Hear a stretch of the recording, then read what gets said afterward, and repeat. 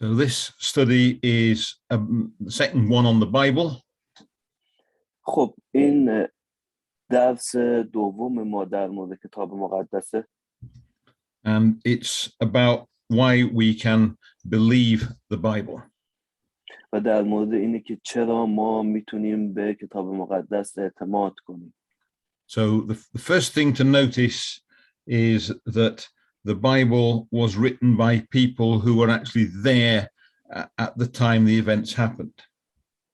خب اولین چیزی که باید یاد داشته باشیم اینه که این کتاب توسط کسانی نوشته شده که در اون زمان وجود داشتن و در زمان خود این کتاب حضور داشتن. So if we turn to the second letter of Peter. خب اگر به نامه دوم پتروس بریم. So 2 Peter chapter 1 and verse 16. دوم پتروس باب 1 آیه 16 من خودم براتون میخونمش. So, verse number 16. Verse 16, right? Thanks.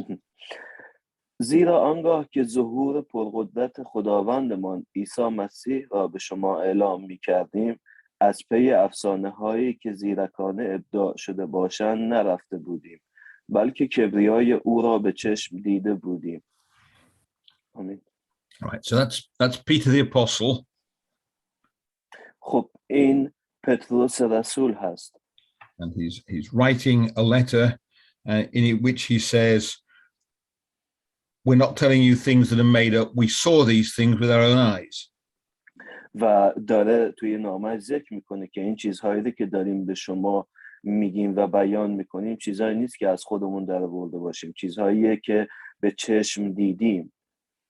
And he gives an example in verses 17 and 18, which you can read later on, of the time when he was up the mountain with Jesus and he heard the voice of God. و میاد نمونه ای رو مثالی رو برای اینها میزنه که برمیگرده به اون زمانی که با عیسی در روی کوه بودن و صدایی رو شنیدن که صدا مربوط به صدای خداوند. But if you keep your finger in 2 Peter, because we're going to come back there and look in the first letter of John. خب اگر حالا این نامه دوم پتروس رو و این بابایی که خونده شده در نظر داشته باشیم و کنار بگذاریم، میریم یه نگاهی به نامه اول پتروس میندازیم و دوباره برمیگردیم به همین نامه دوم. 1 John اول یوحنا. به نامه یوحنا میریم. Yeah. So the first letter of John, chapter 1 and verses 1 to 3. خب نامه اول یوحنا باب 1 آیه های 1 تا 3. من خودم براتون میخونمش. آنچه از آغاز بود، آنچه شنیده و با چشمان خود دیده ایم، آنچه بدان نگریستیم و با دستهای خود لمس کردیم، یعنی کلام حیات، آن را به شما اعلام میکنیم. حیات ظاهر شد، ما آن را دیده ایم و بر آن شهادت میدهیم. ما حیات جاویدان را به شما اعلام میکنیم که با پدر بود و بر ما ظاهر شد. ما آنچه را دیده و شنیده ایم به شما نیز اعلام میکنیم تا شما نیز با ما رفاقت داشته باشید. رفاقت ما با پدر و با پسرش عیسی مسیح است. آمین.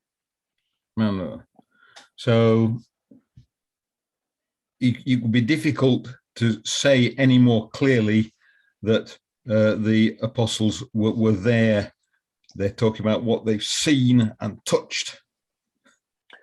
خب دیگه از این واضح‌تر و معلوم‌تر نمیشه گفت. همونطور که میبینید رسولان و یاران عیسی اونجا بودن و همه چیز رو دیدن با چشمانشون. So that's the first thing about the Bible. It was written down by eyewitnesses.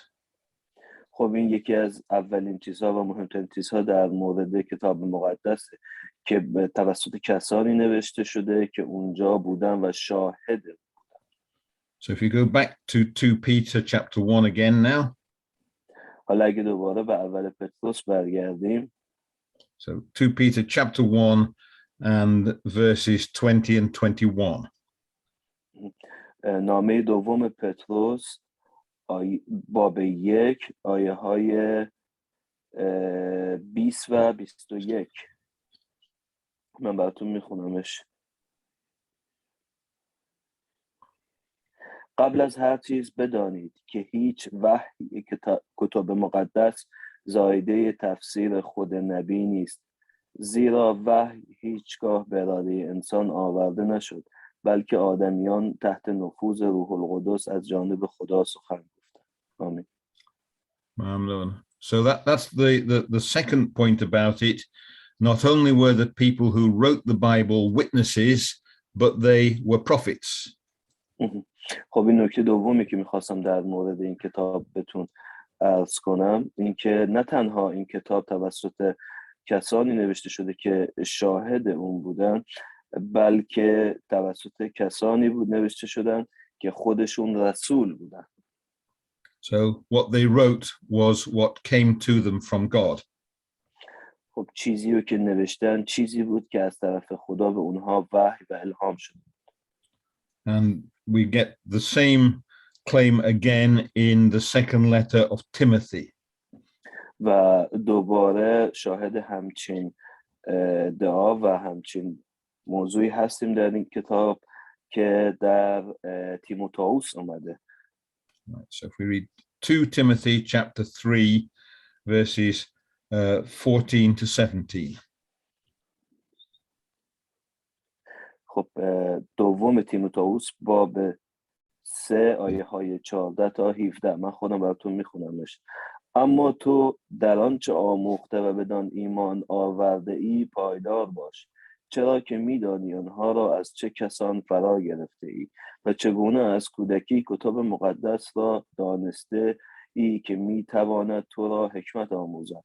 برای نجاتی که از راه ایمان به مسیح عیسی است، تمامی کتب مقدس الهام خداست و برای تعلیم و تعدیب و اصلاح و تربیت در پارسایی سودمند است تا مرد خدا به کمال برای هر کار نکو تجهیز گردد. آمین. So Paul here is writing that all of Scripture comes from the Spirit of God. خب پولس داره اینجا میگه که بیان میکنه که تمام کتب مقدس از طرف خدا میاد.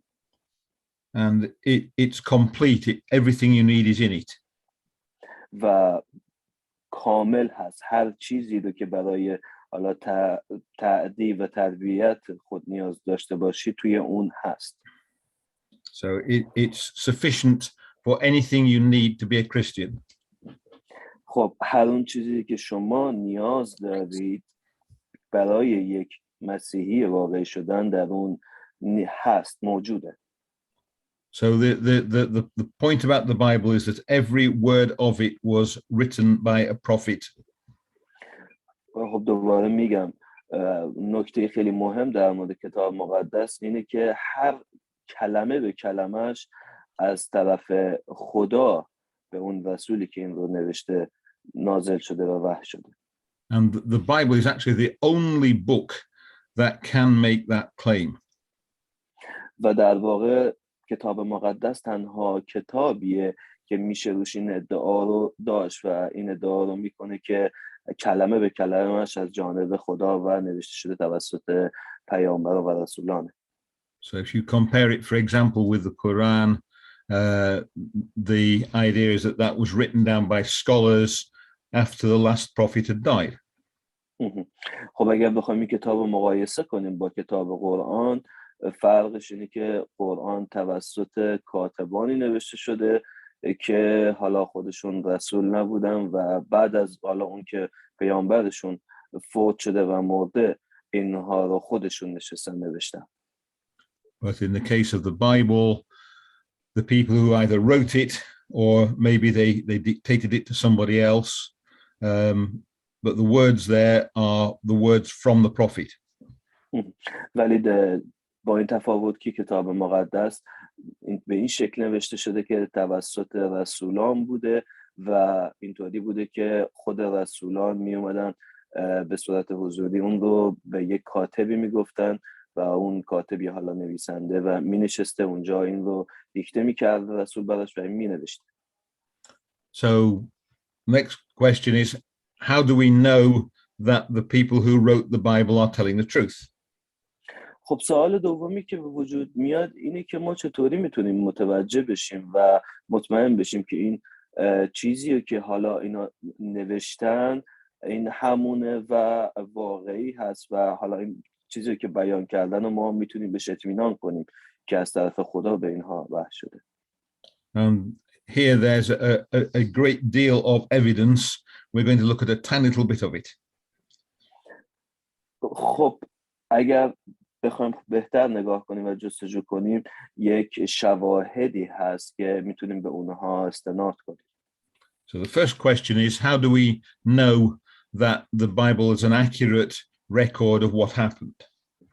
خب یه سوالی پیش میاد که چطوری میتونیم مطمئن بشیم و اعتماد کنیم که کتاب مقدس و حالا داستانهایی که توش موجوده اینها یک نوشته خیلی دقیق از اون اتفاقاتیه که در اون زمان افتاده. One of the interesting things you can do is you can look at details in the description in the Bible and compare that with what archaeologists have found. خب یکی از نکته‌ها و راه‌هایی که میتونیم از این طریق مطمئن بشیم اینه که بیایم به داستان‌ها و اون شرح حوادث و جزئیات و تواریخی که در این داستان‌ها هست نگاه کنیم و بعد بریم سراغ چیزی که باستانشناسا پیدا کردن و تایید کردن. So let's have a look at an example there. حالا بیایم به یک مثالی نگاهی بندازیم. And I like to look in one in the Gospel of John and chapter 2. خب میریم به انجیل یوحنا باب 2. So this is an account of a miracle that Jesus did when he turned some water into wine. خب این یک گزارشی از زمانیه که عیسی من معجزه‌ای را انجام داد و مقداری آب را به شراب تبدیل کرد. So if we look in the Gospel of John chapter 2 and verse 6. میریم به آیه 6 باب 2 انجیل یوحنا. من براتون میخونمش خودم. در آنجا 6 خمره سنگی بود که برای آداب تطهیر یهودیان به کار میرفت و هر کدام گنجایش 2 یا 3 کیل داشت. So what happens here is that they fill these jars with water, and then when they take them to the marriage feast and draw the water out, it's not water anymore, it's wine. خب همونطور که میبینید اتفاقی که اونجا افتاده بود اینطوری بود که خمره های سنگی در اونجا بود که اینها رو از آب پر کرده بودن یه جورایی برای حالا تطهیر و شستشوی خود یهودیان به کار میرفت و اینها رو به مجلس عروسی برده بودن. And the interesting detail here is the kind of water jar, what they're made of. و چیز جالبی که اینجا وجود داره اینه که این خمره ها از چه چیزی درست شده بودن. And it describes them as being made of stone. و اینجا اونها توصیف شدن که از سنگ ساخته شدن. Usually, if you have a water jar, there we go. If you have a water jar, it's made of pottery. خب معمولا اگر شما خمره‌ای رو حالا داشته باشید در اختیار اینطوریه که معمولا خمره ها بیشتر از گل رس ساخته شدن.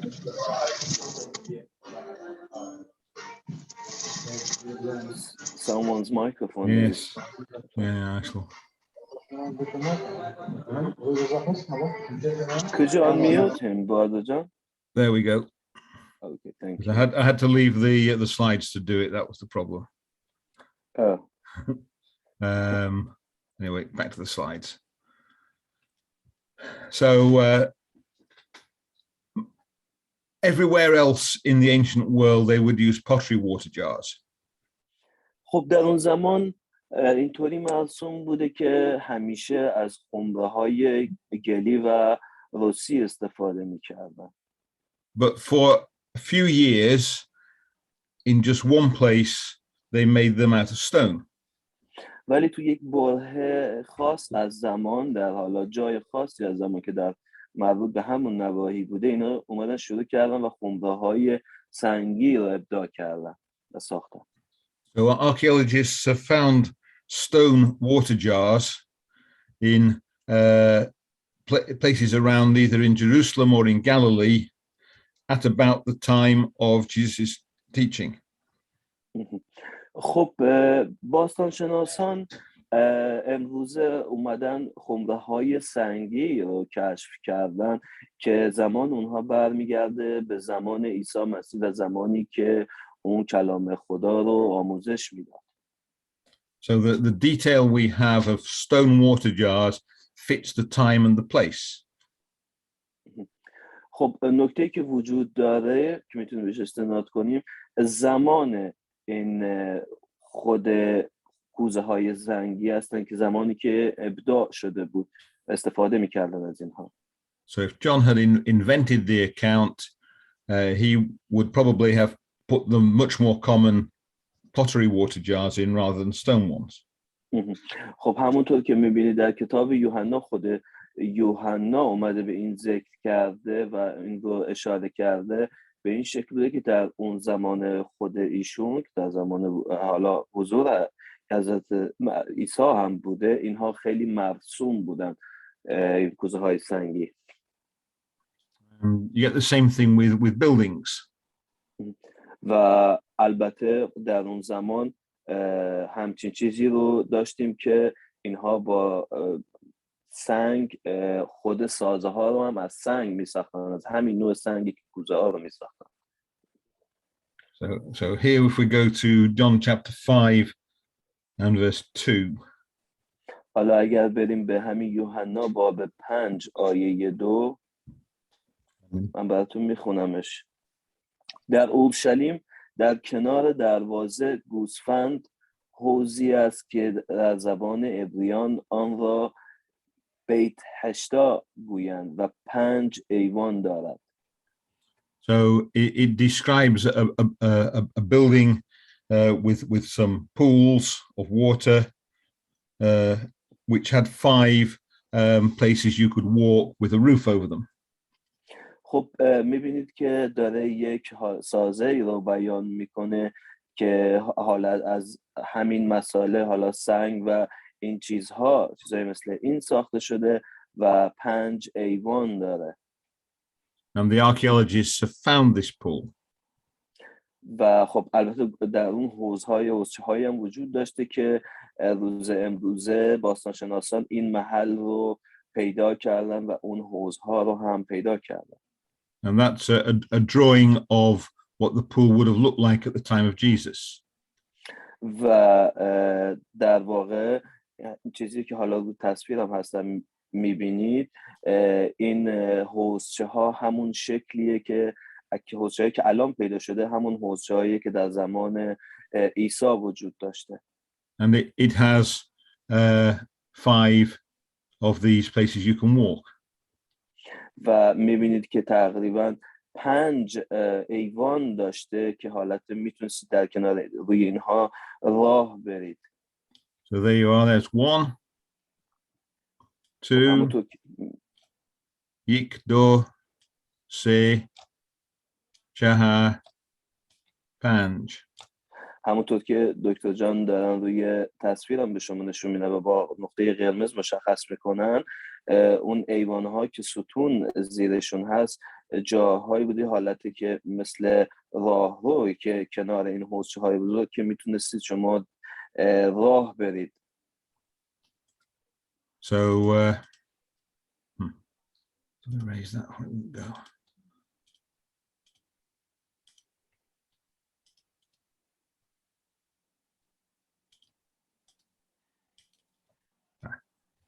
Right, here's another example. This is one of the people. خب این حالا یک مثال و نمونه دیگه است که دارن نشون میدن که البته فکر میکنم حالا یک سنگین مربوط به قبر شخصی باشه. And you remember that the Roman governor who had Jesus crucified was called Pontius Pilate.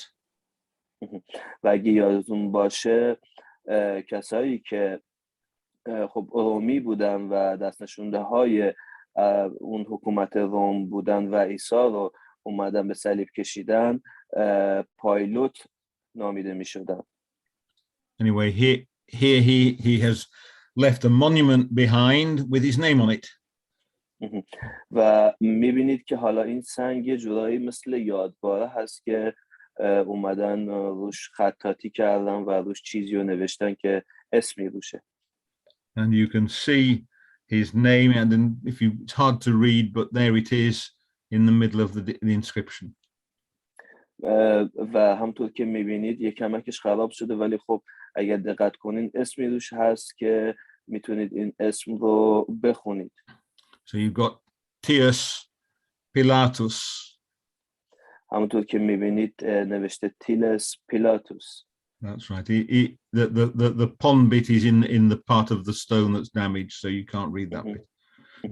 خب حرف پی ظاهرا در اون قسمت خراب شده این سنگه که قادر به خوندنش ما نیستیم.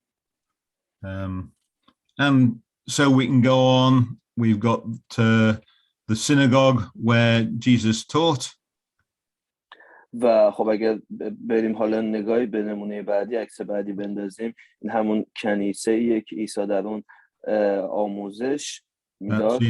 That's in Capernaum. در کپنهان وجود داره این حالا سازه. And in fact, it's these black stones underneath the ones on top are a later synagogue.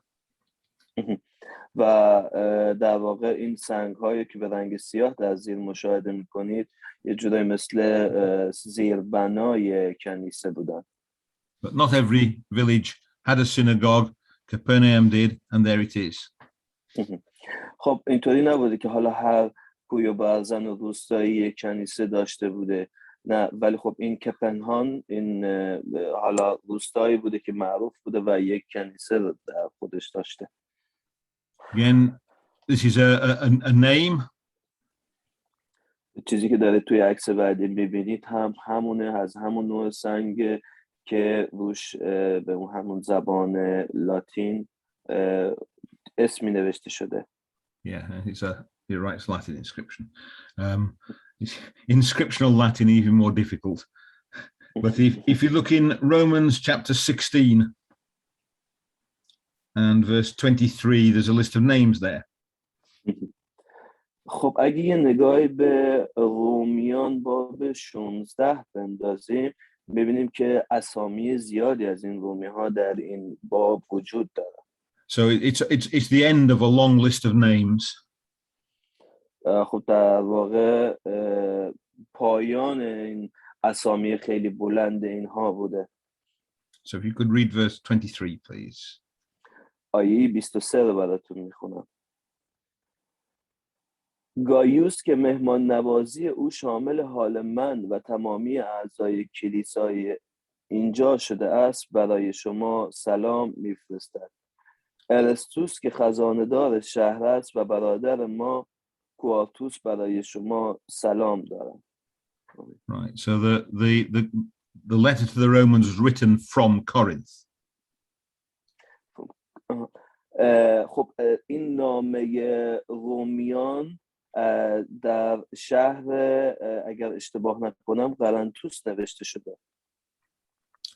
And it mentions this person Erastus. و میبینید داره که به این شخصی به نام اراستوس اشاره میکنه که خزانه دار شهر بود. And he's someone who's been elected to help run the town. و این کسی بوده که خب نماینده و برگزیده مردم بوده تا به خود حالا اون شهر و اون حالا محل بیاد یه جورایی کمک کنه و یه جورایی مدیریتی انجام بده. And it seems he was so pleased to have been elected that he laid a pavement, paid for them the money to have a pavement laid for the town. و ظاهرا این خیلی خوشحال بوده از اینکه انتخاب شده بوده به عنوان شخص نماینده و برگزیده و از سر همین خوشحالی اومده یه حالا سنگواره یا یادواره رو به این مناسبت از خودش به جا گذاشته. And this inscription, he says, Erastus, because he was elected as a city official, laid this pavement with his own money.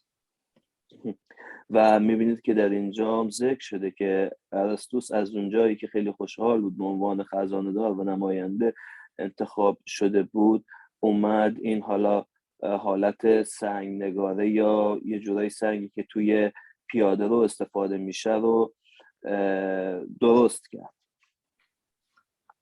So even little tiny details, it's just one name in a great long list, but we've got confirmation that the man existed and that he was a city official. درسته که شاید یک اطلاع خیلی کوچیکی باشه، یک جزئیات خیلی کوچیکی باشه، ولی خب همین یک اسمم که ما الان اون رو پیدا کردیم و میتونیم ببینیم دال بر این سندیه که واقعا همچین شهری وجود داشته و همچین شخصی وجود داشته که الان اون سنگی که اسمش حالا اسم این شخصش نوشته پیدا شده. And a little bit from the Old Testament. و خب این موضوع در مورد عهد عتیق هم صدق میکنه. This is Jehu, one of the kings of Israel. اون شخصی که میبینید دیهیو هست، یکی از پادشاهان اسرائیل. And he is paying taxes to an Assyrian king.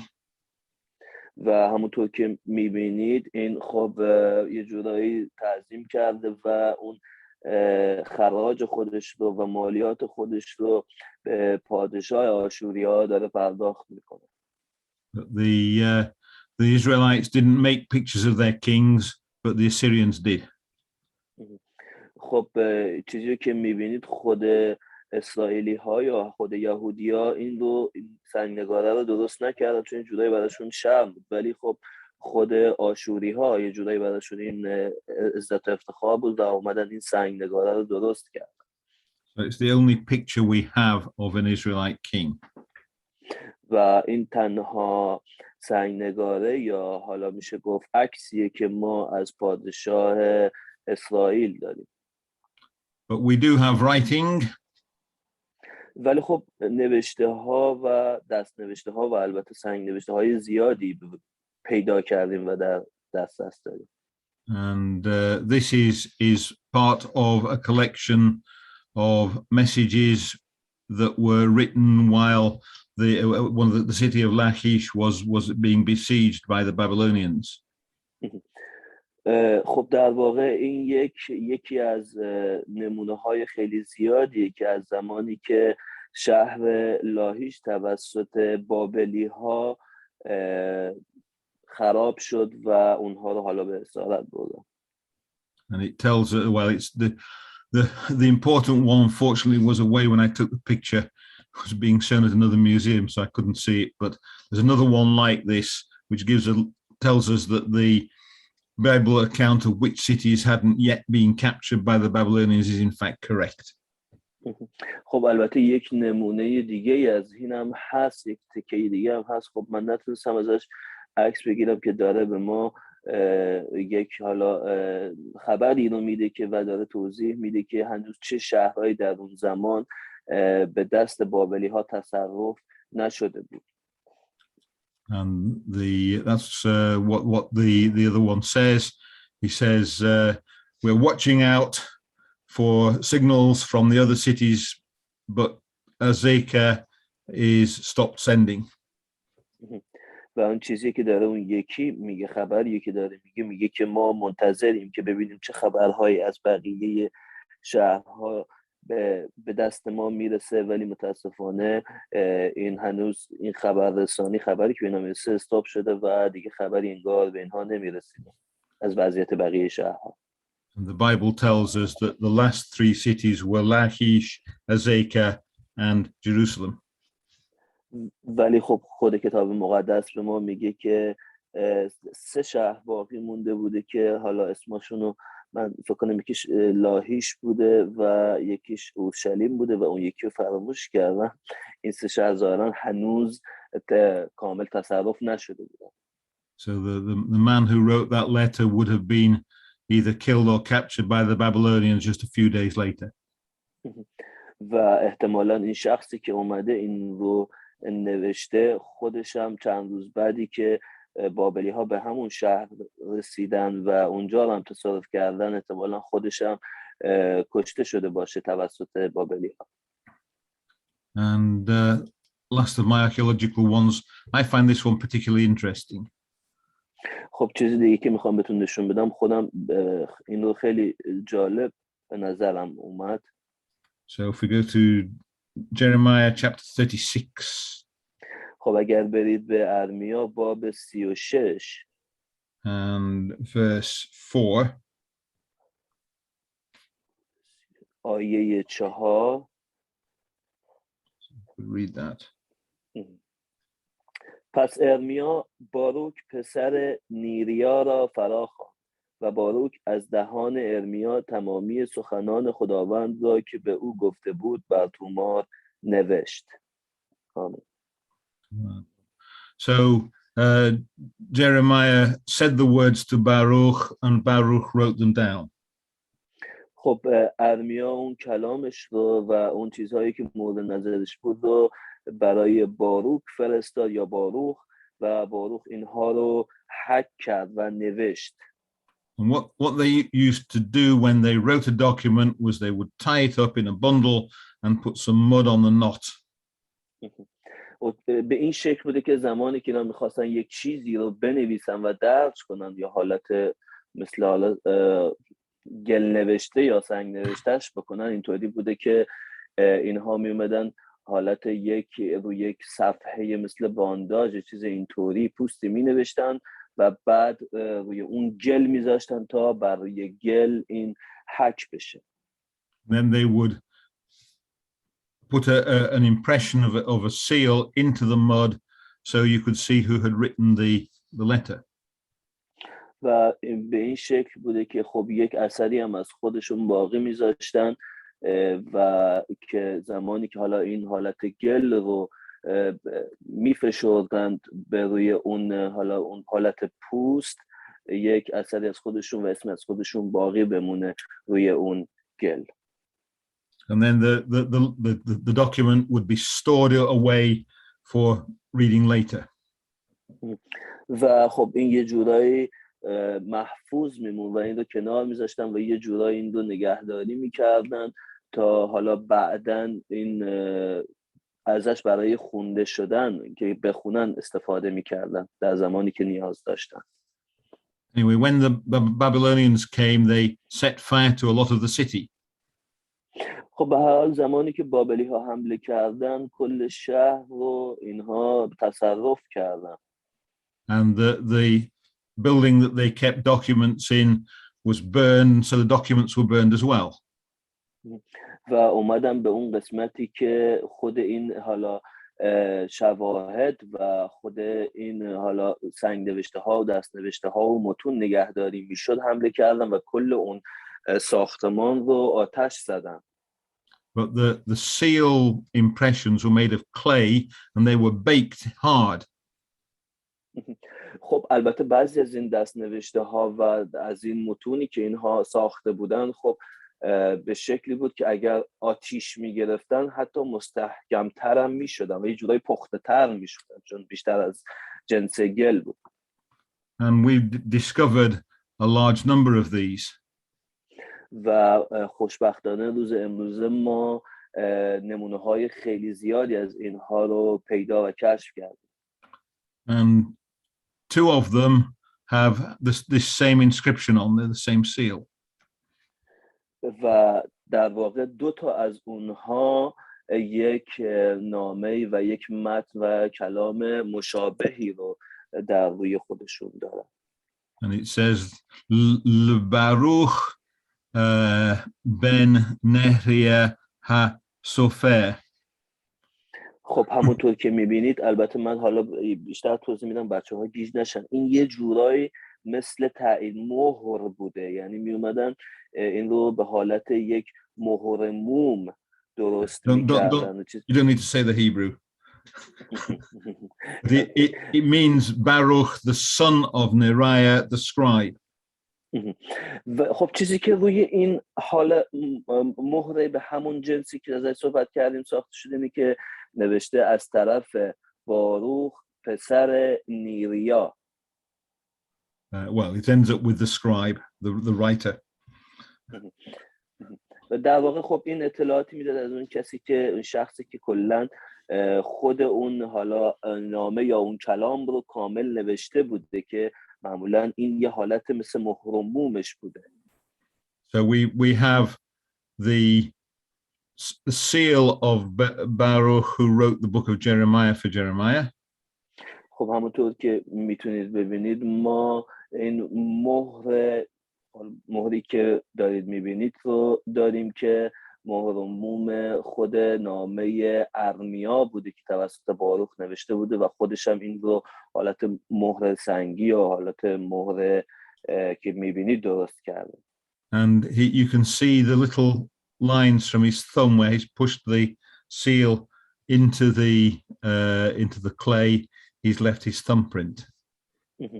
و اگر نگاه کنید در اون قسمت بالا سمت چپ خط و خطوطی رو میبینید که مثل حالت اثر انگشته که این زمانی که داشته این رو حالا مهر میکرده و اون چیزی که درست کرده و روی فشار میورده جای انگشتش هم باقی مونده. So that's just a little bit of the evidence. That's some of the archaeology that tells us that the Bible is a very accurate record of what it talks about. خب مقداری از شواهد و مستندات و کشفیاتی که امروز موجود هستن ما دیدیم و به باستانشناسا به خوبی این رو تایید میکنن که اطلاعاتی که در اینها حاوی است و موجود هست دقیق بودن کتاب مقدس و شرح اتفاقاتی که در اون موجوده رو اینها گواهی میدن و شهادت میدن. So another way of knowing how accurate the Bible is to look at the little details in it and compare them with one another. خب یه راه دیگه برای اینکه بفهمیم که چقدر اتفاقات و داستان‌های موجود در کتاب مقدس دقیق ذکر شده اینه که بیایم هر داستانی رو یا هر کتابی رو با کتاب دیگه بیایم مقایسه کنیم و ببینیم که آیا در کتاب بعدی یا کتاب‌های دیگه از اون اتفاقاتی که قبل‌تر در کتاب دیگه ذکر شده سخنی گفته شده یا نه. And the Bible agrees even in very small details. خب در بعضی از جاها کتاب مقدس اطلاعات یا حالا یک جزئیات کمی رو به ما میده. So for an example, let's look in the Gospel of Matthew and chapter 14. برای مثال بیایم به متی باب 14 بریم یه نگاهی بندازیم. So if we read Matthew chapter 14 verses 1 and 2. آیه های 1 و 2 متی باب 14 رو براتون میخونم. قتل یحیای تعمید دهنده. در آن زمان آوازه عیسی به گوش هیرودوس حاکم رسید و او به ملازمان خود گفت این یحیای تعمید دهنده است که از مردگان برخاسته و از همین روست که این قدرت ها از او به ظهور میرسد. و اما هیرودوس به خاطر هیرودیا که پیشتر زن برادرش فیلیپوس بود یحیی را گرفته و او را بسته و به زندان انداخته بود. Right. So the interesting thing here is that Herod is talking to his servants about Jesus. چیزی که دارید میبینید داره موضوعی رو شرح میده که هرود پادشاه داره در مورد عیسی یا حالا فرزندی که قرار بوده به دنیا بیاد که حالا میدونسته با خدمتکار خودش صحبت میکرده. So the question is, why would Herod talk to his servants? He's a king. His servants are much lower down the social scale. و سوالی که به ذهن ما خطور میکنه اینه که چرا هرود پادشاه با اون همه عظمتش باید بیاد با یک غلام یا یک خدمتکار خیلی پیش پا افتاده خودش در مورد این امر مهم صحبت کنه. And the answer is given to us in a completely unconnected passage in the Gospel of Luke. و جواب رو میتونیم به صورت حالا یه جورایی ناهموار و ناهماهنگ در انجیل لوقا پیدا کنیم. So if we look in Luke chapter 8 and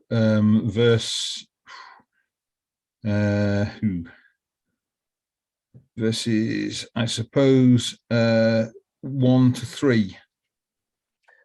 خب اگر نگاه کنیم به لوقا باب 8 آیه های 1 تا 3 میتونیم خب چیزی رو در مورد این سوالمون پیدا کنیم. مثل برزگر. پس از آن عیسی شهر به شهر و روستا به روستا میگشت و پادشاهی خدا بشارت میداد. آن 12 تن نیز با وی بودند و نیز شماری از زنان که از ارواح پلید و بیماری شفا یافته بودند، مریم معروف مجدلیه که از او 7 دیو اخراج شده بود، یوآنا همسر خوزا، مباشر هیرودوس، سوسن و بسیاری زنان دیگر. این زنان از دارایی خود برای رفع نیازهای عیسی و شاگردانش تدارک می‌دیدند. So we've got here a list of people who traveled with Jesus. چیزی که در اینجا شاهدش هستیم لیستیه از اون افرادی که با عیسی خب به سفر میرفتن از جای و جای دیگری. And it mentions Joanna, the wife of Herod's household manager. و داره خب اشاره میکنه که یوآنا همسر هرود یه جورایی این خب مباشر هرود هم بوده. In verse 3. که در آیه 3. So now we know why Herod talked to his servants about Jesus. خب الان ما میتونیم بفهمیم که چرا هرود در مورد عیسی با اون خدمتکار خودش صحبت کرده. So one of his most important servants had a wife who was traveling around with Jesus. به خاطر اینکه همسر یکی از همین خدمتکارا که همون خدمتکار بوده شخصی بوده که با عیسی به سفر میرفته از جای به جای دیگه. So if you wanted to know about Jesus, then it's a very good person to talk to, someone whose wife is traveling around with him. خب اگر این میخواسته که در مورد عیسی بدونه خب نیاز داشته به یک نفر که این همسرش با عیسی بوده باشه و از اون اطلاعات داده باشه که همسر این خدمتکار ظاهرا با عیسی بوده و از جای به جای دیگر به سفر میرفتن. And there are hundreds of these little details that match up all over the Bible. و در واقع صدها نمونه از این اطلاعات در کتاب مقدس وجود داره که به خوبی با همدیگه مچ میشن. Now, my favorite example, though, reason for believing the Bible is the way that it fits together so well. خب یکی از دلایلی که حالا خودم شخصا خیلی دوست دارم که به من کمک میکنه که باور کنم که چرا باید به کتاب مقدس اعتماد داشته باشم و به من کمک میکنه که به این کتاب ایمان داشته باشم و اون رو 100% باور کنم، همین اینه که این اطلاعات به خوبی از در جایی به جای دیگه وقتی نگاه میکنیم اطلاعات با هم دیگه مچ میشن. So the Bible is written down by 40 different people. خب کتاب مقدس کلاً توسط 40 نفر نوشته شده. So it's written down over a period of 1,500 years. که در واقع این 40 نفر این کتاب رو در یه چیزی حدود 1500 سال نوشتن که حالا هر کدومشون در یک برهه خاص از زمان قسمتی خاص رو نوشتن. So we've got the first books written down about 1400, just a little bit more years before the birth of Jesus. و میتونید ببینید که اولین کتاب تقریبا یه چیزی حدود 1400 و اندی سال قبل از تولد عیسی نوشته شده. And we've got most of the New Testament written down before 70 years after the birth of Jesus.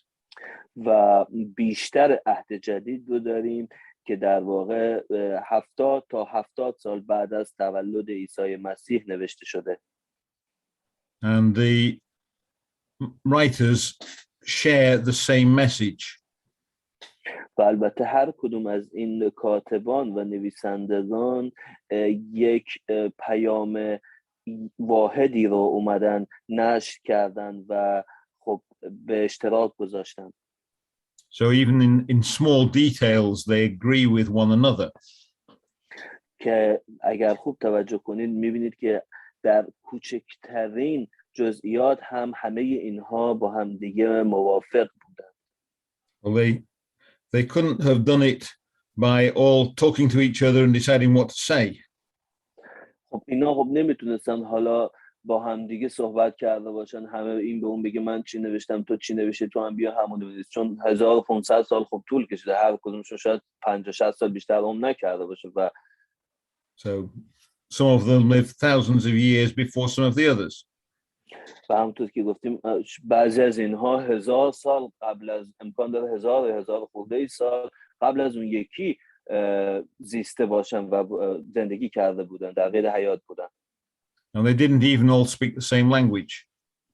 و در واقع بیشتر اینها حتی یک زبان واحد رو هم صحبت نمی کردن، چون مربوط به امکان داره به زاده کشورهای مختلفی بوده باشن. But they managed to have one united message all the way through. ولی خب همه اونها در واقع به این شکل هماهنگ کرده بودن و هماهنگ بودن که یک پیام واحدی رو در مورد خدا می‌آوردن به نشر و به حالا به دید و به سمع و نظر مردم می‌رسوندن. That tells us there's one mind that is responsible for the whole Bible. و اون این بود که فقط یک ذهن و یک موجود و یک وجودیت واحد وجود داشته که پشت تمام این کلام در کتاب مقدس.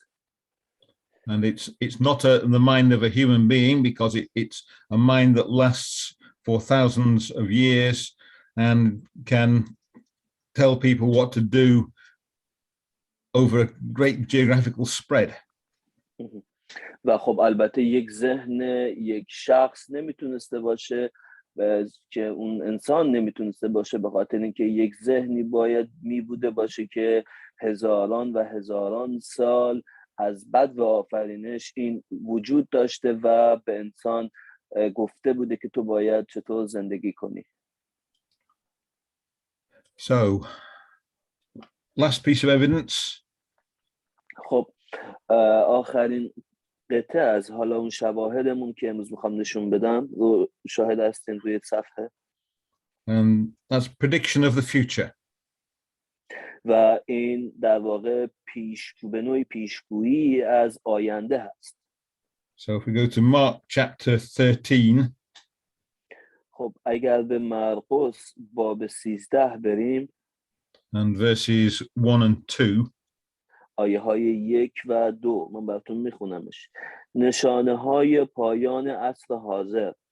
هنگامی که عیسی معبد را ترک میکرد، یکی از شاگردانش به او گفت استاد بنگر چه سنگها و چه بناهای باشکوهی. اما عیسی به او فرمود همه این بناهای بزرگ را میبینی، بدان که سنگی بر سنگ دیگر باقی نخواهد ماند، بلکه همه فرو خواهد ریخت. So the temple in Jerusalem was built on top of a hill. خب معبد در اورشلیم در نوک تپه ساخته شده بود And they made the top flat by building a wall around the hill and putting a sort of flat top to it so that there was somewhere to build a temple on. و در واقع به این شکل بوده که در دور تا دور خود معبد اصلی دیوارهای بلندی رو اینها کشیده بودن، دیوار سنگ بلندی که در داخل خود معبد بود که البته این دیوارها یه جورایی متصل می شدن به خود ساختمان هسته و مرکزی معبد که در وسط این دیوارها وجود داشت. So this is the wall that they built around the hill. خب این همون دیواریه که دارید میبینید، یکی از همون دیوارهاست. And you can see the big stones that it was built from. و میبینید که چقدر این اندازه سنگ ها بزرگ هست. So this is a Christadelphian lady that I know quite well. اگر به عکس توجه کنید، اون خانومی رو که میبینید یکی از کریستادلفیان ها هست که در این عکس حضور داره. And she's quite a tall lady. و البته خب دکتر جان فکر کنم میشناسن این خانومو، میگن که این خانوم زن قد بلندی هستش. But you can see how big the stone is that next to her. ولی خب اگه نگاه کنید در کنارش میتونید اندازه سنگ رو ببینید که من برابر با این خانوم. And that's just the wall for the that holds the hill together. The temple is built on top of that. و همونطور که گفتیم این همون دیوارهایی که در روی تپه دو تا دور معبد ساخته شده بود و معبد یه جورایی در بین این دیوارها وجود داشت. And you can see why the disciples of Jesus were saying, "What wonderful stones there are here." و همون دلیلیه که خود انجیل مرقس ببینید که اون شخصی که حالا از یاران عیسی بوده به عیسی میگه که نگاه کن این سنگ‌ها چقدر باشکوه و بزرگ هستن. Well, Jesus predicted that the temple would be destroyed, so there wouldn't even be one stone left on another. و همونطور که خوندیم عیسی اومد برای این پیش بینی کرد، گفت که زمانی میاد که اینها خراب میشه و هیچ سنگی روی سنگ دیگه باقی نخواهد. And that's exactly what happened when Jerusalem was destroyed. و دقیقاً همون اتفاقی که افتاد که زمانی که اورشلیم نابود شد. So 40 years after Jesus gave the prediction, the Romans came and they destroyed Jerusalem. خب در واقع پیش بینی عیسی به حقیقت پیوست 40 سال بعد از اون زمانی که عیسی این رو گفت و رومیان حمله کردن به اورشلیم و اورشلیم رو خراب و خورد و خمیر کردن. But the other buildings weren't completely destroyed. ولی خب بقیه بناها کاملا نابود شده بود. So you can see in on the right there part of a wall of a shop from that time. و اگر نگاه کنید به روبروی این دیوار بلندی که هنوزم هست دیوارهای خراب شده‌ای می‌بینید که کوتاه هستند که اینها حالا مربوط به حالا اون مغازه‌های اطراف بوده در اون زمان. So the shop was destroyed, but there's still some stones left. خب می‌بینید که این مغازه‌ها نابود شدن ولی خب هنوز اون تحتهاشون یه جورایی اون زیربناشون چند تا سنگ باقی مونده. Anyway, the temple was destroyed, and it was that the area was buried right up to this end of the arch here. و خب میبینید که معبد خراب شده بود و این حالا مغازه‌های اطرافش نابود شده و تنها قسمتی که مونده بود همین از به حاشیه یعنی گوشه این دیوار بود که شاهدش هستید در تصویر. But the stones of the temple have been thrown down. ولی خب سنگ‌های خود معبدی که پشت این دیوارها وجود داشته اینها خب فرو ریخته بودن در داخل. And there are some of them still there. و همونطور که می‌بینید بعضی از این سنگ‌ها از اون بالا فرو ریخته بودن و به پایین که به پایین این دیوار محافظ که در دور بوده سقوط کرده بودن و میتونید روی عکس ببینید چون دیوارهای معبد اصلی که بین این دیوارهاست. There were more of them. They took a lot away so they could see the road underneath. خب البته خیلی بیشتر بوده که حالا اگر خوب دقت کنید به جاهای دیگه هم هستن که این سنگ‌ها فرو ریختن. There's another picture of them. That's a thing that you can stand next to read. و حالا عکس دیگه‌ای که می‌بینید سنگ‌های دیگه‌ای که فرو ریختن و ببینید که یک نوشته‌ای رو برای حالا عموم و برای حالا کسایی که به صورت توریست یا حالا هر چیزی میان اونجا بازدید کنن نوشتن که اطلاعاتی در مورد این سنگ‌ها به اونها میده. You can see how big the stones. I remember there's a woman standing about the same height as this stone here. خب همونطور که می‌بینید سنگ‌ها خب خیلی بزرگن. حالا توی عکس شاید کوچیک به نظر میرسه ولی اون خانومی رو که در اون عکس وجود داشت اگه اون خانم بیاد به اینجا بخواد وایسه تقریبا تا بالای اون جایی که دکتر جان با نقطه قرمز نشون میدن قدشون میرسه. So there she is. That's the line of stones and the second picture's taken from down there. خب همونطور که می‌بینید در عکس قبلی نشون میدن جایی که خانم ایستاده این خانومه و تقریبا قدش تا ردیف دوم سنگ‌ها میرسه. So those are the same stones. You can see these are enormous. They're very big stones. و اینها همون با قسمت از همون سنگ‌ها هستن که فرو ریخته و اگه خانم به اینجا وای میساد قدش احتمالاً یه سر تا بالای خود خط سنگ‌ها میرسید. So Jesus has predicted the future. خب عیسی اومد به خوبی آینده رو پیش بینی کرد. And we know it wasn't written down afterwards because it's got an accurate description of the temple while it was still standing. و میدونیم که خب این در بعدش اومد این همچین چیزی نوشته شد به خاطر اینکه در اون زمان واقعا این اتفاق افتاده بود و اینها شاهدش بودن که این پیش بینی عیسی به حقیقت پیوست و این رو نوشتن. Right. So the other important evidence is the words of Jesus about the Bible. خب نکته خیلی مهمی دیگه‌ای که به ما کمک میکنه که کتاب مقدس رو باور کنیم و اون اعتماد داشته باشیم کلام خود عیسی است در مورد این کتاب. And Jesus talks about the Old Testament a large number of times. خیلی وقتها در زمانهای خیلی زیادی عیسی در مورد عهد عتیق صحبت کرد. It's somewhere about a tenth of what Jesus says that we know of in the Gospels is a quotation of the Old Testament. چیزی که ما امروزه حالا در دسترس داریم تقریبا میتونیم بگیم 10 جای مختلف اومد یک آدرس و یک کوتیشنی به قول دکتر جان در مورد عهد عتیق به مردم داد. And he says the Old Testament is something we can trust.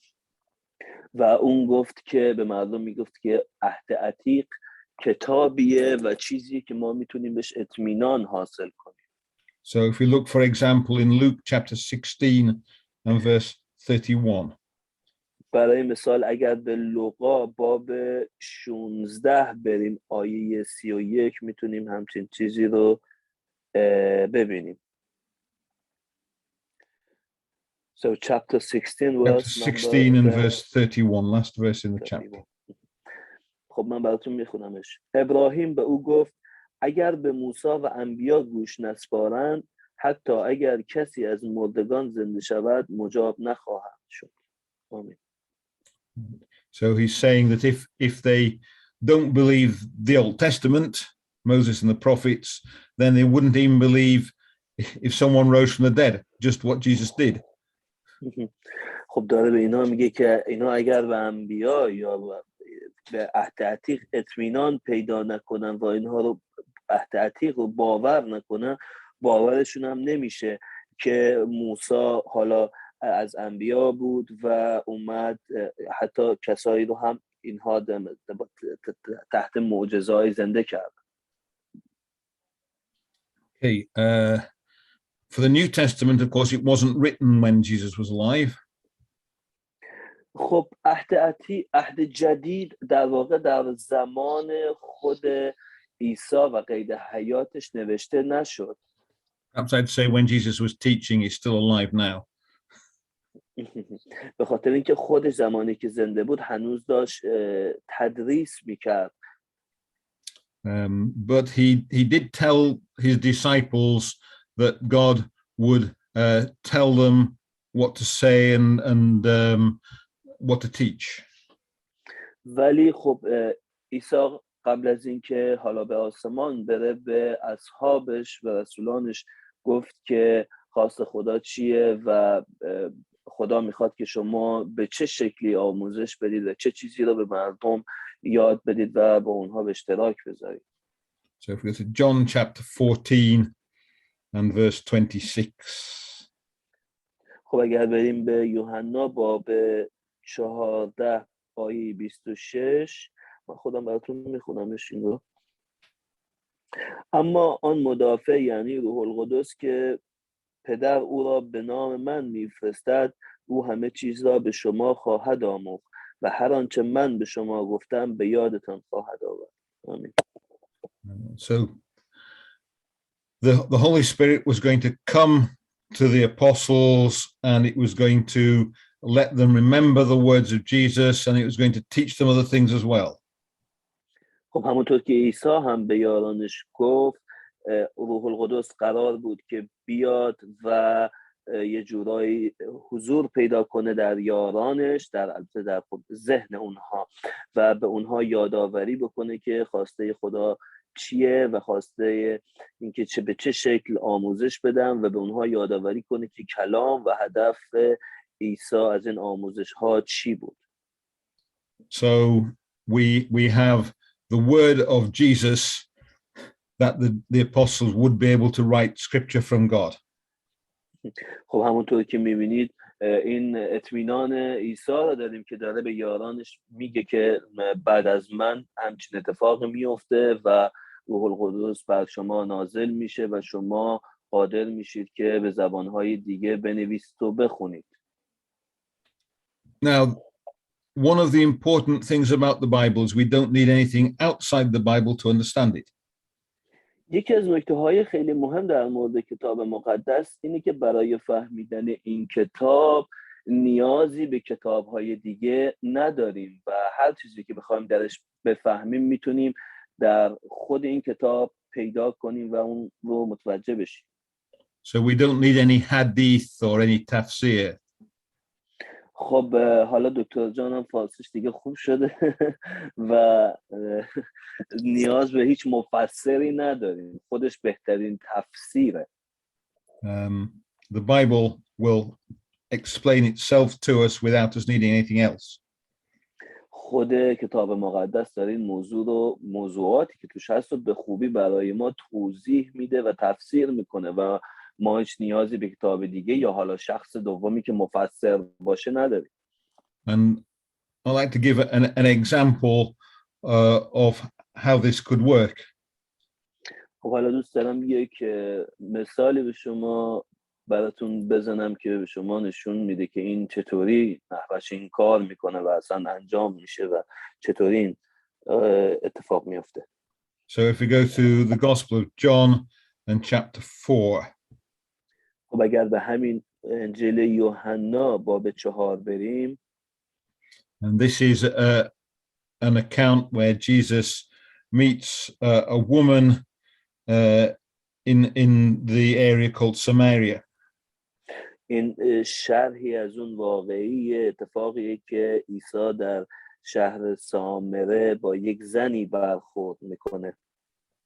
And he tells her a lot. It's the first time he tells anyone that he is the Masih. و به اون زن میگه که من مسیح هستم و خیلی چیزهای زیادی بهش میگه و یه جورایی اولین بار بوده که عیسی میاد به یک نفر به این وضوح میگه که من مسیح هستم. But if we read John chapter 4 and verse 5, we can see where it happened.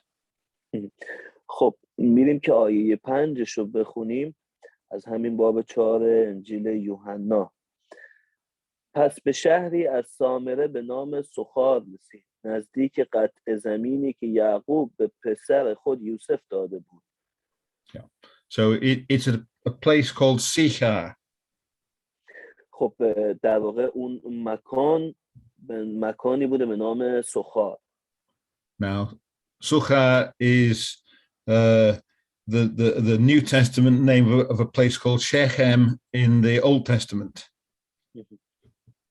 خب سخار یک اسمی که در عهد جدید اومده که خب در عهد عتیق از اون مکان به نام شخر نام آورده شده، ولی خب در عهد جدید اسمش جوره کمکی حالا چون فاصله زمانی بوده فرق کرده و ازش به عنوان سخار اسم آورده شده. And there's enough description in the gospel for us to know exactly where this happened. و خب اطلاعات خیلی زیادی در کتاب مقدس و مخصوصا عهد جدید وجود داره که ما به خوبی بتونیم شناسایی کنیم این مکان رو که در کجا وجود داشته. And there's a long discussion between Jesus and the woman.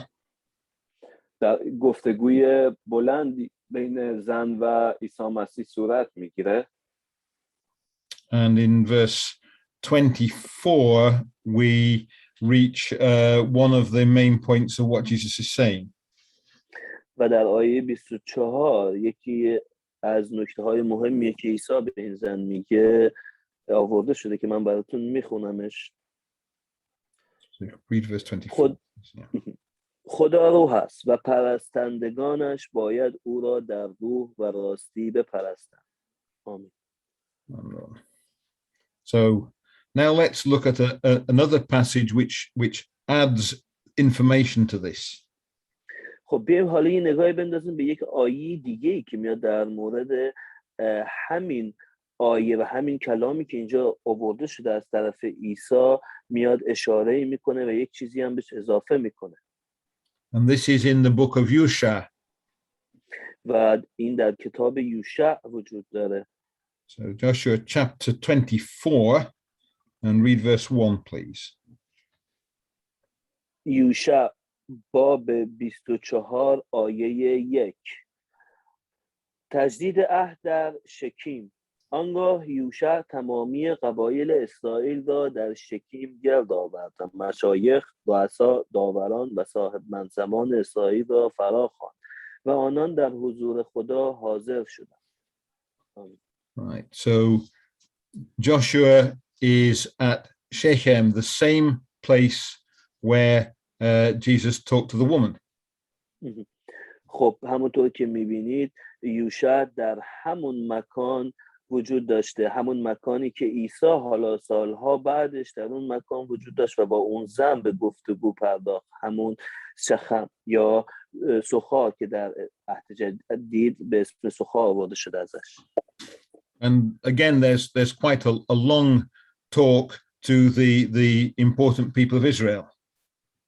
و در همون مکان هم یوشع صحبت‌های زیادی با صاحب منصبان و مشایخ و رؤسای یهود داشته. But the important point here is in verse 14. ولی خب نکته مهمش در واقع در آیه 14 نهفته شده. من براتون میخونمش. پس حال از خداوند بترسید و او را با خلوص و وفاداری عبادت کنید و خدایانی را که پدرانتان در آن سوی رود و در مصر عبادت میکردند به دور افکنید و خداوند را عبادت کنید. آمین. Right. So he says they have to serve the Lord in, and then two words which could be, they can translate them as the same words as Jesus said to the woman in John chapter 4. خب میبینید که داره به این مشایخ و رؤسا و صاحب منصبان یهود میگه که شما باید خدای احد واحد و خدای واقعی رو بیایم پرستش کنیم و از اون حالا خداهانی که پدرانتون در اون سوی رود و در سرزمین مصر، اون بت‌ها رو داره اشاره میکنه، هستن، اونها رو دور بیافکنیم. و در واقع این همون چیزیه که عیسی در همون مکان سالها بعد داره به اون زن میگه، همونطور که در یوحنا خوندیم. So Jesus is giving the same message to the woman that Joshua gave to the Israelites in the same place 1,500 years earlier. میبینید که عیسی اومد همون پیام رو، همون نصیحت رو به اون زن کرد در همون مکان که سخار نام داشت، که 1500 سال قبل یوشع نبی در همون زمان اومد در همون مکان همچین نصیحت و پیامی رو به اون رؤسا و مشایخ و صاحب منصبان یهود داد که در بین خودش جمع کرد و داشت براشون سخنرانی میکرد. The interesting question is, why does Jesus pick this passage to talk about the woman? حالا نکته جالبی که وجود داره اینه که خب چرا عیسی اومد این موضوع رو در اون مکان انتخاب کرد که به اون زن بگه؟ And the answer is, the woman would know this passage به خاطر اینکه خب اون زن احتمالاً میدونست، خب عهد عتیق رو احتمالاً خونده بوده و اون قسمت از جایی که یوشع در حالا حرف رو زده بوده بقیه رو احتمالاً در کتاب خونده بوده. به خاطر همین بوده که عیسی در همون مکان اومد همون چیزی که اوشون حالا هزاران سال قبل به صاحب منصبان گفت به این زن گفت. Now the Samaritans only had the first 5 books of the Old Testament. خب در اون زمان سامری ها فقط 5 کتاب اول عهد عتیق که تورات نام داشته رو در اختیار داشتن و خونده بودن. So the woman wouldn't have had the book of Yosha, that's the 6th book of the Old Testament. خب من تصحیح میکنم، اون زن کتاب ششم که حالا کتاب یوشع بوده رو خب حتما نخونده بوده، چون فقط 5 کتاب رو در اختیار داشتن. But she would know this story because Joshua put up a stone as a monument to show what he'd been saying to people. ولی خب باید اون زن این داستان یوشع رو میدونسته، به خاطر اینکه یوشع در اون مکان اومده بوده یه سنگواره‌ای رو از خودش و اون سخنرانی و کلامی که به اینها صاحب منصبان یهود گفته بوده به جا گذاشته بوده و در همون شهر یه جوره آثار باستانیشون بوده و احتمالاً اون زن اون حال آثار باستانی رو دیده بوده.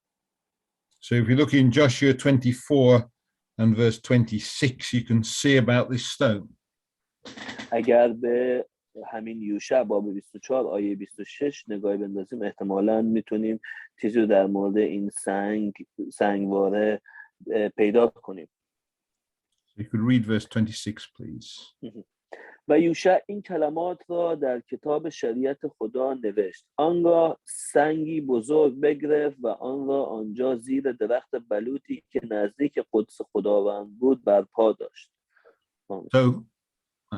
So the woman would see that stone when she went to get water from the well. خب احتمالاً و مطمئناً خب اون زن در اون زمان باید اون سنگ رو که در همون محلشون و شهرشون بوده که یه جوره آثار باستانیشون بوده که 1000 خورده سال پیش یوشع اومده بوده اونجا گذاشته بوده رو باید حتما دیده می بوده باشه. So the stone was still there when the woman was talking to Jesus. خب سنگ همچنان اونجا بود، سر جاش بود و همه دیده بودنش در اون زمانی که عیسی هم در اونجا وجود داشت و داشت با اون زن صحبت میکرد. In fact, it's still there now. احتمالاً همین الان هم اونجا باشه. And there's a picture of it. و خب دارن حالا عکسی از اون رو به نمایش میذارن دکتر جان روی صفحه. It's a bit broken now, but it's still there. خب یکم شکسته ولی خب هنوزم در اونجا پای برجاست و وجود داره. But it has been there for 3,500 years, so you'd expect a bit of damage. خب البته این قدمتش به 3500 سال میرسه و همچین تعجب برانگیز هم نیست که یه قسمت شکسته. So if there was one bit of the Bible, the Old Testament, the woman knew, it would be that bit. خب پس اگر یه قسمتی از عهد عتیق بود که اون زن باید شناخت می داشت و دیده بود، همینیه که اینجا این سنگ به خاطرش اونجا وجود داشته و در اون زمان خب این سنگ از هزاران سال پیش در اون محل وجود داشته و یه جور آثار باستانی اون زن بوده که در اون شهر زندگی میکرده. So we've got another example of how the Bible fits together and one bit explains another. و دیدیم که حالا به چه شکلی کتاب مقدس میاد یک جای از کتاب مقدس وقتی یک چیزی اشاره میشه و یک نمونه و یک شرح داستانی به ما میکنه، سالهای قبلش در کتاب دیگه از همون چیز، همون نکته و همون اتفاق صحبتی شده و خب اطلاعاتی وجود داره. So let's summarize what we've seen. خب بیاین خلاصه بندی کنیم که امروز در مورد چه چیزایی صحبت کردیم. So the first and most important point, the Bible is a message that comes from God.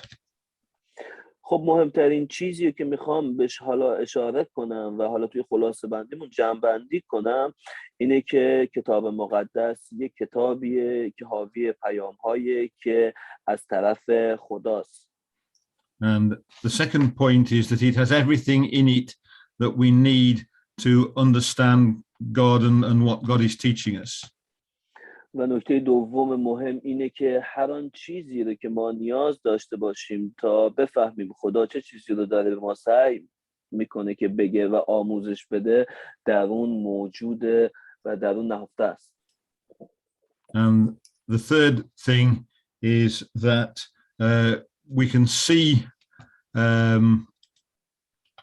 the value of the Bible because all the external evidence tells us that it's an accurate record and that it's telling us things that we could only know if they came from God. نکته سوم که وجود داره اون ارزش معنوی کتاب مقدسه که میبینید به چه دقتی داره خودش وقتی این وقایع رو کنار هم میذاریم شرح میکنه که این اتفاقات چطوری در چه زمانی اتفاق افتاده و ما میتونیم به این استناد کنیم و اون رو باور کنیم. So, thanks for listening and thank you for translating, Hussein. You're most welcome, sir. خب ازتون تشکر میکنم به خاطر گوش فرادن به این بحث و درس امروز ما.